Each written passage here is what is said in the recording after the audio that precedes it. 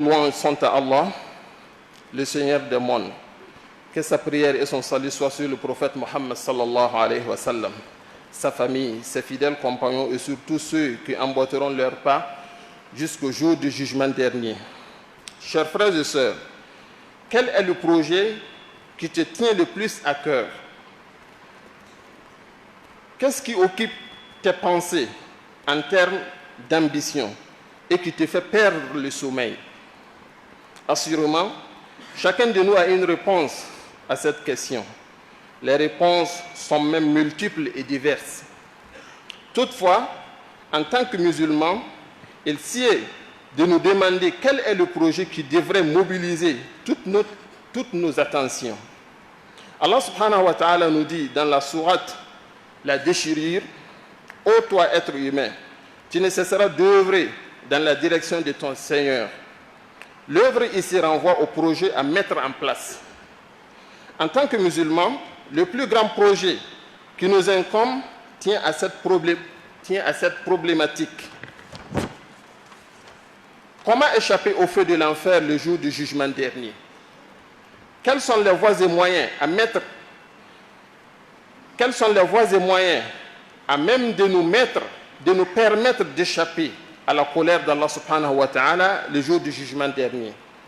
Comment satisfaire Allah pour mériter son paradis?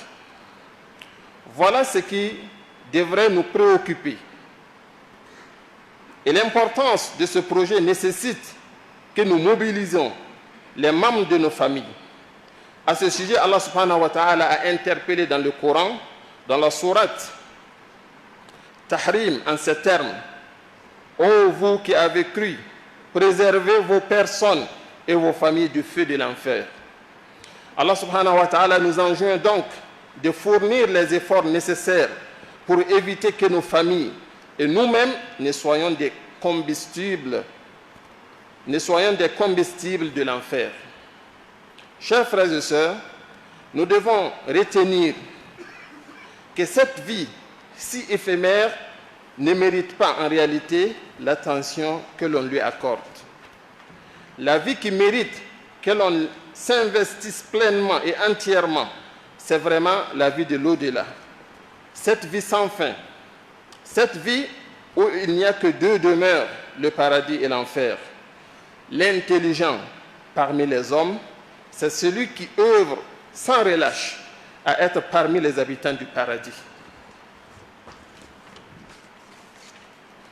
Il nous faut chacun dans son fort intérieur se demander s'il a véritablement compris l'importance de ce projet, qui est la quête de l'au-delà. Si oui, avons-nous commencé à travailler pour la concrétisation de ce projet? Et à quelle étape sommes-nous? Avons-nous associé nos épouses, nos enfants, les membres de nos familles, ou sommes-nous tous seuls sur le chemin? Chacun doit trouver des éléments de réponse à ces questions primordiales.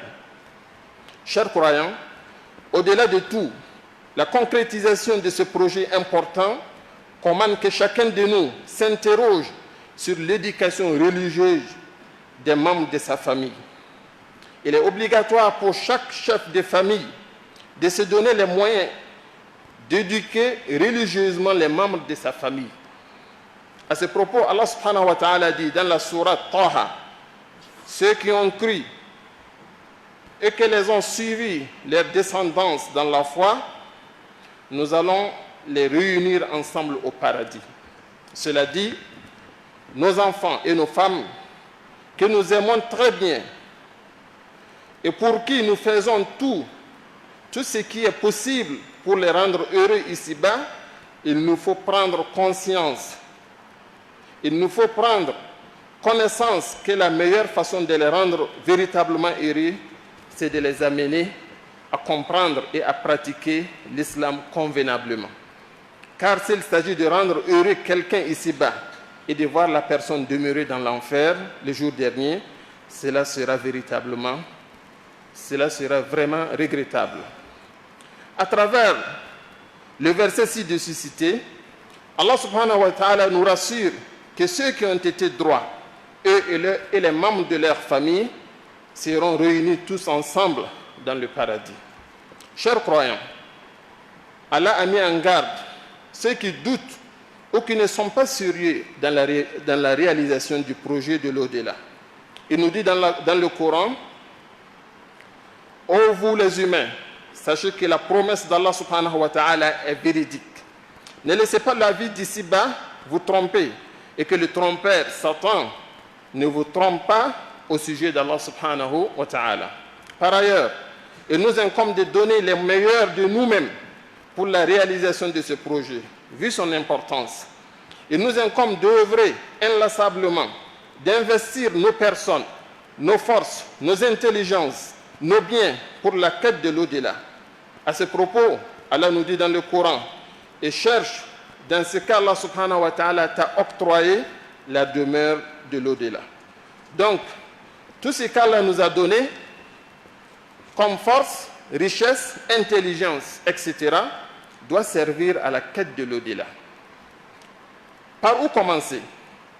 Sachant donc que pour que notre projet soit viable, il nous faut commencer à réaliser d'abord et avant tout le tawhid, c'est-à-dire l'unicité d'Allah subhanahu wa ta'ala. Nous devons réaliser l'unicité d'Allah dans sa plénitude et éviter le shirk. Il nous faut également demander à Allah de nous assister, de nous maintenir sur ce droit chemin, de nous guider sans cesse et nous épargner l'adoration des idoles et l'égarement. Après l'invocation, il nous faut rechercher les savoirs religieux, chercher à connaître Allah subhanahu wa ta'ala, son prophète, le Coran, à connaître les hadiths du prophète sallallahu alayhi wa sallam et à les mettre en pratique. Si nous négligeons la recherche du savoir, comment allons-nous nous maintenir sur le droit chemin? D'après le prophète sallallahu alayhi wa sallam, la recherche du savoir est une obligation pour le musulman. Prenons conscience. Particulièrement en ce qui concerne nos enfants, nous sommes souvent prêts à investir des sommes colossales pour leur permettre d'avoir le savoir mondain, prêts à les amener dans tous les 4 coins du monde pour cela. Mais que faisons-nous en termes d'investissement pour leur procurer le savoir religieux? Ce savoir indispensable à leur réussite véritable ici-bas et dans l'au-delà. En conclusion, il nous incombe de vivre l'islam, de conduire les membres de nos familles à vivre l'islam, d'investir tout ce que nous pouvons pour que l'islam soit une réalité dans nos familles. C'est la voie qui va nous conduire au vrai bonheur ici-bas d'abord et dans l'au-delà ensuite. Qu'Allah nous assiste davantage.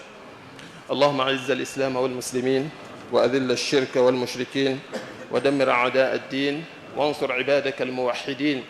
اللهم أصلح أحوالنا وأحوال المسلمين في كل زمان ومكان. اللهم أصلح أحوالنا وأحوال المسلمين في كل زمان ومكان.